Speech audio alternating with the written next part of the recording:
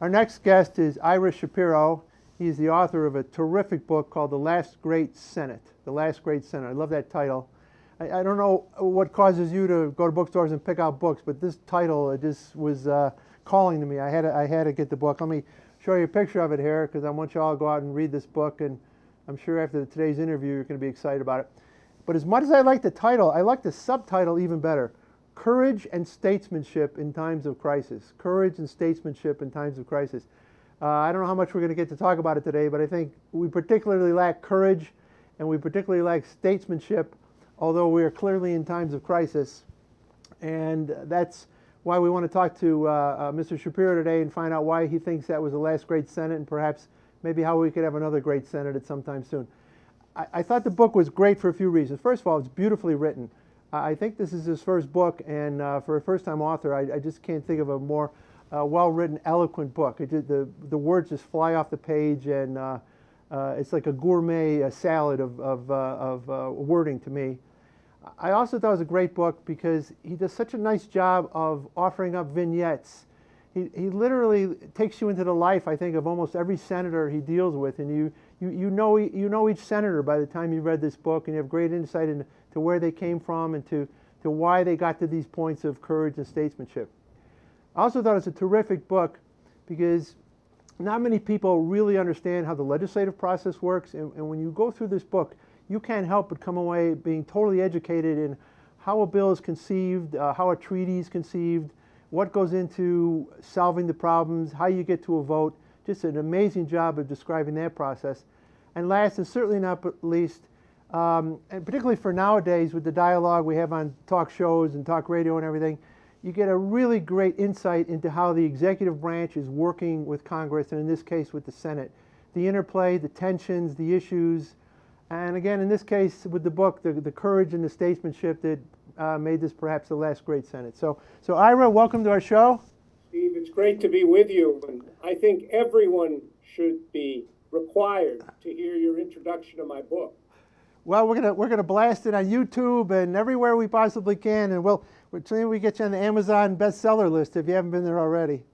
Well, I haven't quite been on the Amazon bestseller list, although you'll be interested, and your audience might be interested to know that at the beginning of season 2 of House of Cards, one of my friends emailed me the next day, very excited, and said, "Your book is on Francis Underwood's desk." And sure enough, there it was. And the contrast between my book and the people I depict and the person Kevin Spacey is playing is quite a dramatic contrast. Well, I've been told I have to watch that show, so now I definitely have to watch that show. So I did not introduce you. I introduced your book because I want to have you introduce yourself because you had such a distinguished career in the Senate. I thought perhaps that's where we start. Talk about your career in the Senate and what you did that probably allowed you to write this book. Well, first of all, let me say, as my publisher said to me when he gave me the advance to write the book, one thing is clear: don't write a memoir. Nobody's interested in your memoirs, but your experience is helpful to writing the book. And it worked out that way. Steve, I'm a child of the Senate. I got hooked on the Senate early. I got a summer internship one day after graduating college and was an intern for Senator Jacob Javits many, many years ago, the summer of 1969. And it hooked me on the Senate. I came back. I went to law school, but I wanted to work in the Senate. I came back 6 years later and then spent 12 years there. There are a lot of people that stay longer, but in the 12 years, I was both professional staff, committee staff, and personal staff. I was in the majority and the minority. I was counsel to the Senate Majority Leader for a while, and I ran a special committee. And I did domestic and foreign issues, so I had a very kind of unusually broad and diverse background. As some people would say, he couldn't hold a job. I bounced from Gaylord Nelson to Abe Ribicoff to Robert Byrd, Tom Eagleton, and Jay Rockefeller. And then after you left the Senate, I've read the bio that's on your website from the book, you spent a lot of time in international trade. So even though you weren't in the Senate, I'm willing to guess a lot of your work overlapped with the legislature and you saw them from a different perspective. Well, that's right. Interestingly, I didn't do trade when I was in the Senate very much, but later I was a U.S. trade negotiator. And in the executive branch, you get to work with the legislature a lot. And it's always, if you have your ability, if you're fortunate enough to be in both the Congress on Capitol Hill and then see it from downtown, it was a very, very illuminating experience. And I have to say, as much as I love the Senate, some of my best memories are from being in the executive branch. So you've had this great experience in government, and at some point, this book is either in your dreams or your head, or you're on the way to work and back and forth. What caused you to think of the book, and then what caused you to finally write the book? Well, I think it's a nice story. Fast forward, I left the Senate in 1987. Fast forward to 2008, the very exciting presidential campaign. 5 friends and me, who had worked together 30 years before in the Senate, we reconvened and started having breakfast every few weeks to talk about the presidential campaign. And then inevitably we would turn to the Senate, how it had been wonderful when we were there and how it had sunk so low in recent years. And I walked out of one of the breakfasts and I said, that's it. I'm going to write a book about the Senate when it was great. And I got very excited about it and did a lot of reading and research. My friends thought they thought I would write an article maybe, but the next several years while I was working full-time, the book was really a very exciting experience to write. Well, I congratulate you for writing a book. My viewers know I've written a book. I just finished my second one. And I think it's just wonderful that people take that step. They think of the idea, they have the idea, but they go write the book. To me, just the writing of it is so fulfilling and just such a great exercise. I commend it to anybody that has a book in it. Even if you never get published, you just to go through that exercise. So congratulations on that alone. Well, you understand then how I felt about it, and others who have written would understand it. There's a saying that it's wonderful to have written a book, but hell to write it. But I didn't feel that way. I loved the writing of it. I loved turning the ideas over my mind. I loved improving on it. I realized, you could spend a whole lot of time thinking about it and then get new angles on it. And I found it was all important. It was a socially sanctioned excuse for me to give up golf. Which was taking too much time and getting too frustrated. Very good. So let's talk about the book. Why was this a great Senate? And conversely, while we're talking about that, why don't we have a great Senate today? It's interesting, if you have the theory that you worked in a great Senate, the 2 threshold questions you have to get by is, was it really great? And did it only seem great because I was there and I was young? And interestingly, as I got into it more, it became clear that I had stumbled on something that was in plain sight, Steve, but hadn't been noticed. If you Google the words Great Senate, you will find nothing except my book. Nobody had ever noticed there was a great Senate. But when the book came out and they started reviewing it, people would say, well, we really had a pretty great Senate in the 1960s and 1970s as compared to the Senate we have today. And what I discovered was, for a period of almost 20 years, and I'll caution the readers that I didn't write about the whole 20 years, I write about the closing years. But from about 1963 to 80, we had a great Senate. And by that I mean a Senate that worked the way the founders of the Constitution, the framers of the Constitution would have hoped. A Senate that was focused on the national interest and in the forefront of solving problems, where people put the national interest above partisan interests or even above their state interests. If you look back, what you will discover is the Senate at that time was in the forefront of everything going on in the country. from the Civil Rights Acts, landmark Civil Rights Acts, to the anti-war movement against the war in Vietnam, to holding Richard Nixon accountable in Watergate, to all the advances in environmental protection and consumer protection. The Senate was there at all points, sometimes holding presidents accountable and making sure they didn't overreach, at other times just working with the presidents to improve what they were doing. And if you go around the country, in every state, almost, the names of some of those senators still resonate, even for people that can't name their senators today. Now, you, as I said, I love the subtitle, almost I love the title, and I love this word courage, and I think the word courage is demonstrated throughout the book. Maybe for the benefit of the viewers, you could talk about a couple of these examples. I think it was Howard Baker literally put a presidential bid at risk over, what, the Panama Canal Treaty? And well, that's right.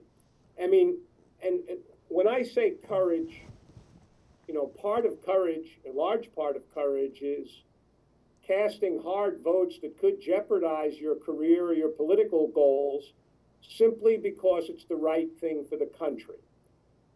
Howard Baker in 1977 had just become the Senate Republican leader, very gifted politician who, as we know, recently passed away, but was remembered for a lot of his accomplishments, including the famous line about Richard Nixon and Watergate.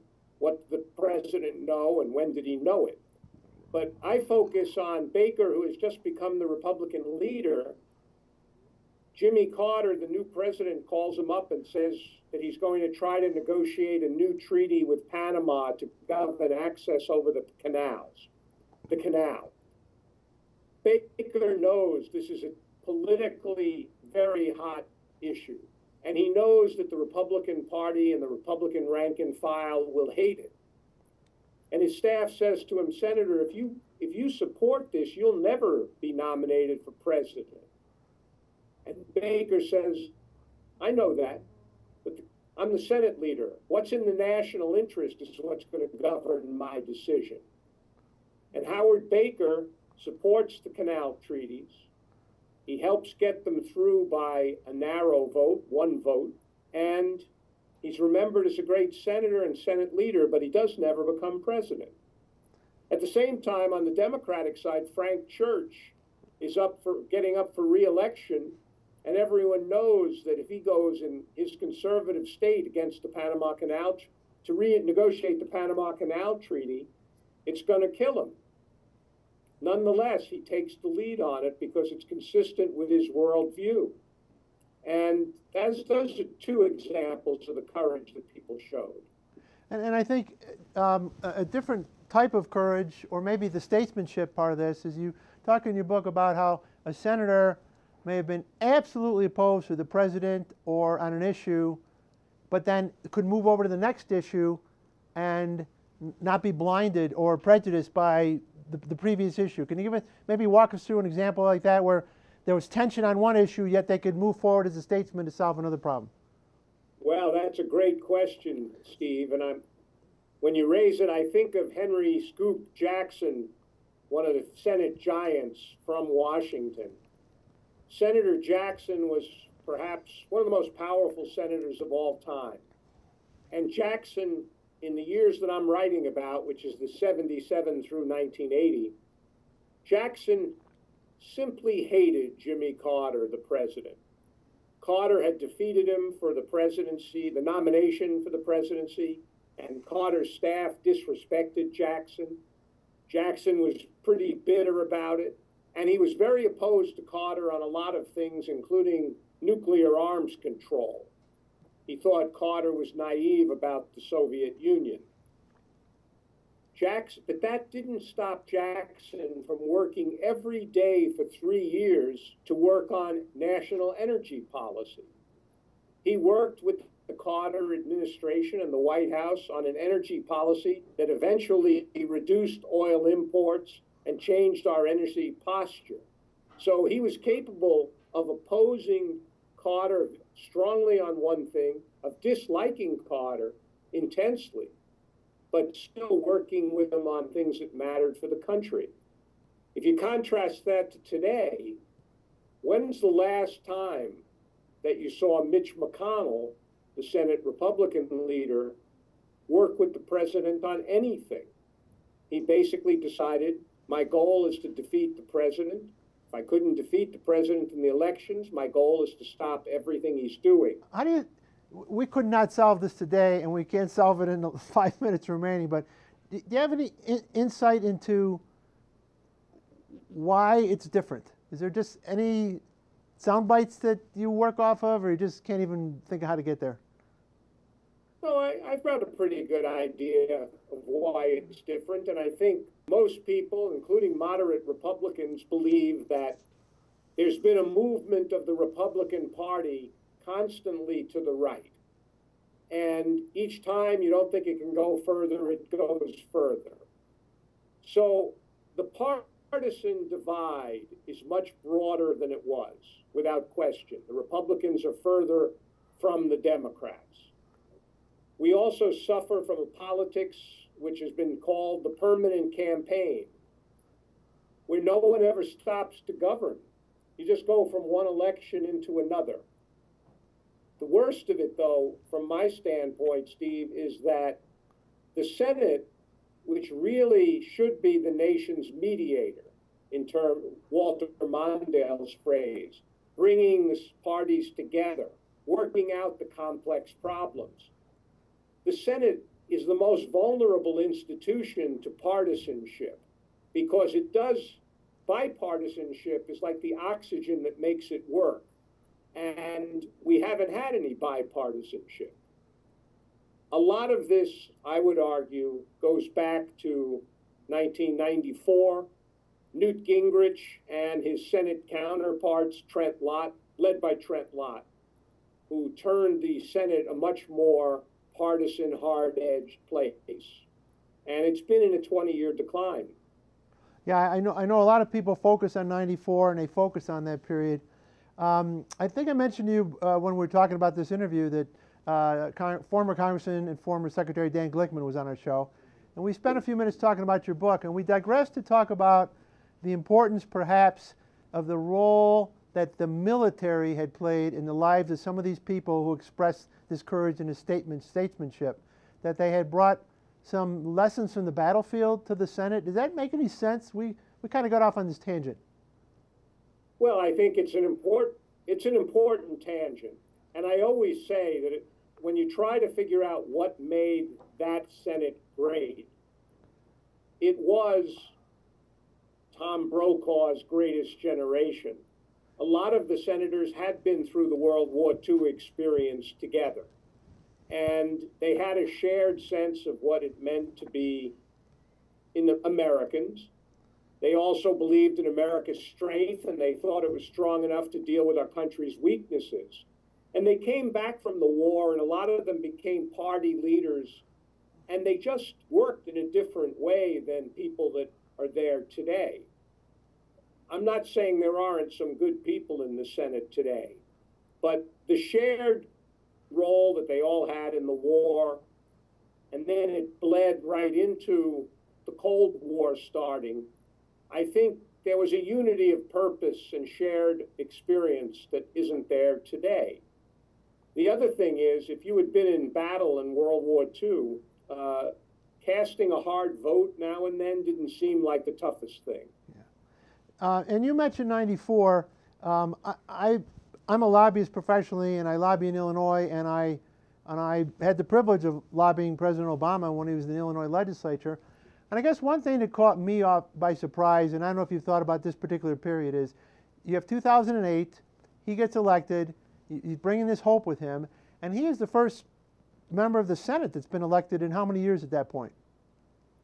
Since President Kennedy in '61. Okay, so in what? I'll do my quick math. 47 years. 48 years. Fine. So you have someone coming out of the Senate where you would think knowing the ways of the Senate and having relationships would foster your ability to solve problems. And then you have the president elected with an all-Democratic Congress, yet you still don't solve a lot of problems even in that period of time. So I guess that was a disappointing to me, that maybe that could have been a great Senate or a great 2-year period. and we seem to have not moved the margin very far during that period of time either. Well, I think a couple of things about it that I would say. First, I mean, President Obama wasn't in the Senate very long. He really never became a senator in the way some people become senators. He was in the Senate, he was a celebrity, and he was running for president quite quickly and obviously very successfully. But I don't think, in terms of the give and take of the legislative process, I don't really think he had much of that. But the second thing is, and people are always saying, well, shouldn't he have gotten more done? I put a lot of the responsibility for that not just on him. I put the responsibility on the Republican opposition. Think back for a moment to 2009. We're on the verge of the worst possible economic crisis. The first month he was president, we lost 750,000 jobs. We were ready to go into a depression. He had a right to think that the leaders of the country would pull together. That's our national narrative. We come together in crisis. It never happened. They opposed him from the beginning, the implacable Republican opposition. And then they turn around and say, look, he's trying to govern with only the Democrats. Well, what choice did he have? Understood. So we're going to do our viewers a favor and give them a quick break here, and then we're going to switch gears.